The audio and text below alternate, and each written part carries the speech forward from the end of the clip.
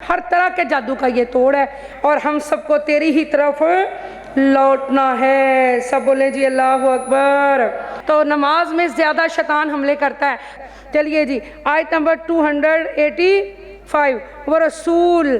اس پر ایمان لائے، یعنی اس کی تصدیق کی جو کچھ ان پر ان کے رب کی طرف سے نازل کیا گیا، اور اہل ایمان نے بھی سب ہی دل سے اللہ پر اور اس کے رسولوں پر اور اس کی کتابوں پر اور اس کے رسولوں پر ایمان لائے، نیز کہتے ہیں ہم اس کے پیغمبروں میں سے کسی کے درمیان بھی ایمان لانے میں فرق نہیں کرتے، اور اللہ کے حضور عرض کرتے ہیں ہم نے تیرا حکم سنا، اطاعت قبول کی، اے ہمارے رب ہم تیری بخشش کے طلبگار ہیں اور ہم سب کو تیری ہی طرف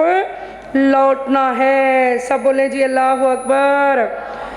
اچھا جی، یہ صحابہ رسول تھے جنہوں نے دعا کی تھی اور انہوں نے کہا تھا کہ اللہ کے نبی جب ہم لوگ نماز پڑھتے ہیں تو ہمارے دل میں بھی وسوسے اٹھتے ہیں، ہمارے دل میں بھی اس طرح کے خیالات آتے ہیں، کیونکہ نماز کو اپنی تمام تر حقوق کے ساتھ ادا کرنے کا حکم ہے، تو نماز میں زیادہ شیطان حملے کرتا ہے۔ تو پھر اللہ سبحانہ تعالیٰ نے یہ دعا سکھائی ہے، تو جن بہنوں کو اپنے دل پہ قابو نہیں، دل کے وسوسوں پہ قابو نہیں، تو وہ یہ دعائیں پڑھیں اور یہ دعائیں سیکھیں جو اللہ نے اپنے حبیب کو بتائیں اور قرآن کے ذریعے، اور پھر میرے نبی نے اپنے صحابہ اکرام کو جو ہے یہ سکھائی ہیں۔ سب بولیں اللہ اکبر۔ اور اللہ کسی جان کو اس کی طاقت سے بڑھ کر تکلیف نہیں دیتا، اس نے جو نیکی کمائی اس کے لیے اس کا اجر ہے، اور اس نے جو گناہ کمایا اس پر اس کا عذاب ہے۔ اے ہمارے رب اگر ہم بھول جائیں، سن لے، اے ہمارے رب یہ دعا ہے، سن لے، اے ہمارے رب اگر ہم بھول جائیں یا خطا کر بیٹھیں تو ہماری گرفت نہ فرما، ہماری گرفت نہ فرما، اے ہمارے پروردگار، اور ہم پر اتنا بھی بوجھ نہ ڈال جیسا تو نے ہم سے پہلے لوگوں پر ڈالا تھا، اے ہمارے پروردگار، اور ہم پر اتنا بوجھ بھی نہ ڈال جسے اٹھانے کی ہم طاقت نہیں رکھتے، جسے اٹھانے کی ہم طاقت نہیں رکھتے، ایسا بوجھ نہ ہم پہ ڈال، اور ہمارے گناہوں سے درگزر فرما اور ہمیں بخش دے اور ہم پر رحم فرما، تو ہی ہمارا کارساز ہے، پس ہمیں کافروں کی قوم پر غلبہ عطا فرما۔ یہ اکثر دعائیں ہم پڑھتے ہیں نماز کے بعد۔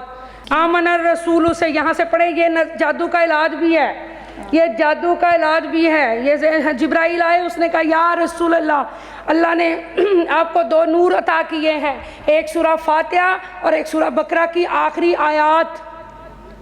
یہ جادو ٹونے کا علاج بھی ہے۔ ہر قسم کی آفت، مصیبت، پریشانی سے انسان بچتا ہے، یہ لازمی رکوع یاد کرے۔ ہر طرح کے جادو کا یہ توڑ ہے۔ سورہ ال عمران، عمران حضرت مریم علیہ السلام کے والد کا نام ہے، ٹھیک ہے جی، اور والدہ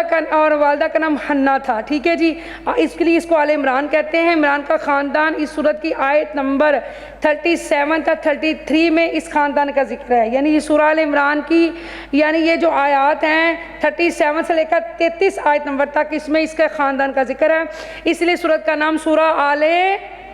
عمران ہے، یعنی عمران کا خاندان۔ کیا مطلب اس کا بنتا آل عمران کا؟ کہ عمران کا خاندان۔ اس سورت کے بیشتر حصے اس دور میں نازل ہوئے جب مسلمان مکہ مکرمہ سے ہجرت کر کے مدینہ منورہ آگے تھے، مدینہ منورہ آگے تھے، مگر یہاں بھی کفار کے ہاتھوں انہیں بہت سی مشکلات درپیش تھی۔ سب سے پہلے غزوہ بدر پیش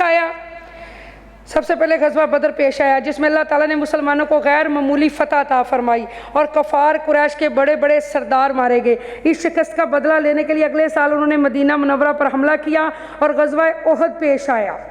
جس میں مسلمانوں کو عارضی پسپائی بھی اختیار کرنی پڑی، اور ان دونوں غزوات کا ذکر اس صورت میں آیا، اور ان سے متعلق مسائل پر قیمتی ہدایت عطا فرمائی گئی۔ مدینہ منورہ اور اس کے اطراف میں یہودی بڑی تعداد میں آباد تھے، مدینے کے اطراف میں، مدینے کے باہر یہودی رہتے تھے، اور سورہ بقرہ میں ان کے عقائد اور اعمال کا بڑی تفصیل کے ساتھ ذکر ہو چکا ہے، اور ضمناً عیسائیوں کا بھی تذکرہ آیا ہے۔ سورہ ال عمران میں اصل روئے سخن عیسائیوں کی طرف ہے، یعنی بقرہ میں یہودیوں کا تذکرہ زیادہ تھا، سورہ ال عمران میں عیسائیوں کا تذکرہ زیادہ ہے، ٹھیک ہے جی، اور ضمناً یہودیوں کا بھی تذکرہ آیا ہے۔ عرب کے علاقے نجران میں عیسائی بڑی تعداد میں آباد تھے، ان کا ایک وفد، یہ بڑا مین واقعہ ہے اس کے اندر سورہ ال عمران میں، عیسائیوں کا ایک وفد نبی کے پاس آیا تھا، یہ سورہ ال عمران کے اندر بڑا مشہور واقعہ ہے، یہ میں آگے ڈیٹیل سے پڑھوں گی، جنہوں نے آ کے اپنے عیسیٰ کے بارے میں بتایا تھا، اور پھر حضرت حسان بن ثابت نے نبی پاک صلی اللہ علیہ وسلم کی شانوں کو بیان کیا تھا، سبحان اللہ۔ تو بڑا پیارا یہ ایک واقعہ ہے، انشاءاللہ پڑھیں گے اس کو۔ ایک وفد حضرت صلی اللہ علیہ وآلہ وسلم کے پاس آیا تھا۔ سورہ ال عمران کا ابتدائی تقریباً آدھا حصہ انہی کے دلائل کے جواب اور حضرت مسیح علیہ السلام کی صحیح حقیقت بتانے میں صرف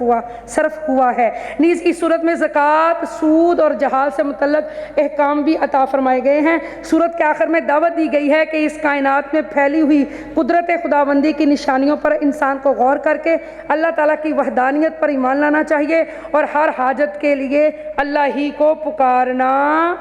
چاہیے۔ تو اب کچھ سمجھ میں آیا کہ اس میں کیا ہے، کہ سورہ ال عمران میں کس کا ذکر ہے؟